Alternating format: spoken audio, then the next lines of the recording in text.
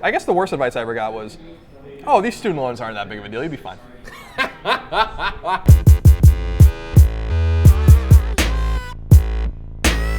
What's up, everybody? Welcome to A Conversation with Colin. I'm Greg, and this is my roommate, Colin. Now, sometimes Colin says crazy stuff. So thanks to your support on patreon.com/kindafunny, we're doing a final season of me reaching to the random talk about, pulling one out, tossing it at him lovingly, and then talking out for your amusement. If you like that, like this video, support us on Patreon, subscribe to our channel, share us with your friends. Colin, are you ready? Yes. Today's topic of conversation is, what is the best/worst advice you've ever gotten from Albino Ass Chic? A conversation with Colin, old school friend. I'm not sure what the worst advice I've ever gotten was, because I'd really have to delve deep into the mind for that. But I can tell you what the best advice I've ever gotten was. Okay. And I got it over and over again as I grew up. None of this matters right now because you're young and stupid, and you're not going to care about any of this into the future. Yeah. That really was true. And however that was delivered to me as a kid, as a youth, as a teenager, as even my early 20s, where they're like, you don't know what love is. It'll be all right, you know? Or high school's dumb. You're just a kid. It won't matter. You know? And they were almost every time that was delivered to me from whoever that was delivered from, absolutely right. Yeah. I agree with that. And so if you're young and dumb and watching this, that is 100% correct. But as someone who is young and dumb, I know how hard that is to accept. I remember when I fell in love in college, and I was like, I'm going to marry this girl. And everyone was like, you are too young to get married. You don't know. And I'm like, you don't know. That was something. And then here I am divorced.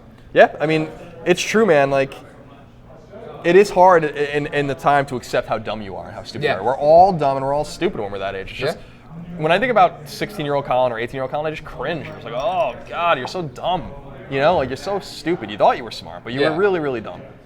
And I might have been book smart or something like that, but like in terms of like the things I was worried about, the things I was doing, and people, maybe some of the people I was hanging out with, the things I was really wrapped up about, it was irrelevant. It was totally irrelevant. And so I think that that's a really sound piece of advice that you should listen to in the moment, because it'll make you feel better, as opposed to being resistant to it and then 10 years later realizing, oh, you were absolutely right. Yeah. You got it. It's at some point you have to understand from people you respect that they're giving you good advice, and you need to surrender that control. Absolutely. Or at least weigh that in your decision-making process. Absolutely. Now that I'm 30, I don't think that's a relevant thing that people can say to me anymore.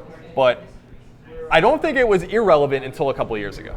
Like I think that I only really became a real adult, as many people I think do, years removed from college and kind of having your feet underneath you. So I think that the best piece of advice I got over and over again was, hey man, don't worry about it. It's water under the bridge. You're gonna look back at this and laugh. Yeah. You're gonna look back at this and not care. This traumatic breakup, this terrible thing that happened to you that's fucking ruining your life right now will not even matter at all, and you won't even think about it ever again. Right. And they were right. Yeah.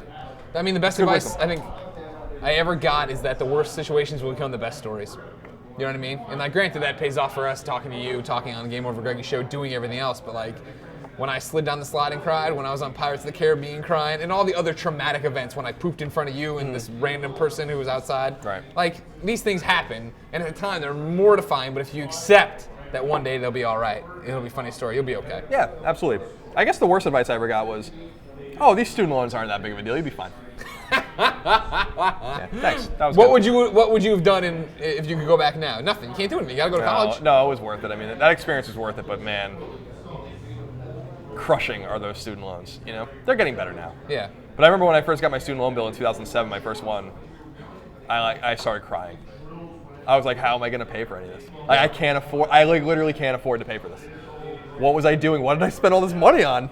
And then 10 years later, you're like, I'll figure it out. I'll quit my job, and I'll go host a successful YouTube channel. Exactly. And that'll pay him off like that. Oh, absolutely. The money will roll in. Oh, no doubt about it. I'm going to be rich. That's you in the money. I paid it down like halfway, I guess, and it's getting better now. But man, that's rough. Be very careful out there with your student loans. Yeah. You don't necessarily have to go to a private university. No. You can go to Mizzou. Yeah, you go to a great public. I mean, I'm very proud of going to Northeastern. It's an awesome school. I could have gone somewhere else probably. Yeah. but I can say I went to Northeastern, and that's basically what I paid for. So great. That's awesome. Yeah. That was totally worth it. All right. Yeah. Some more good advice from Colin.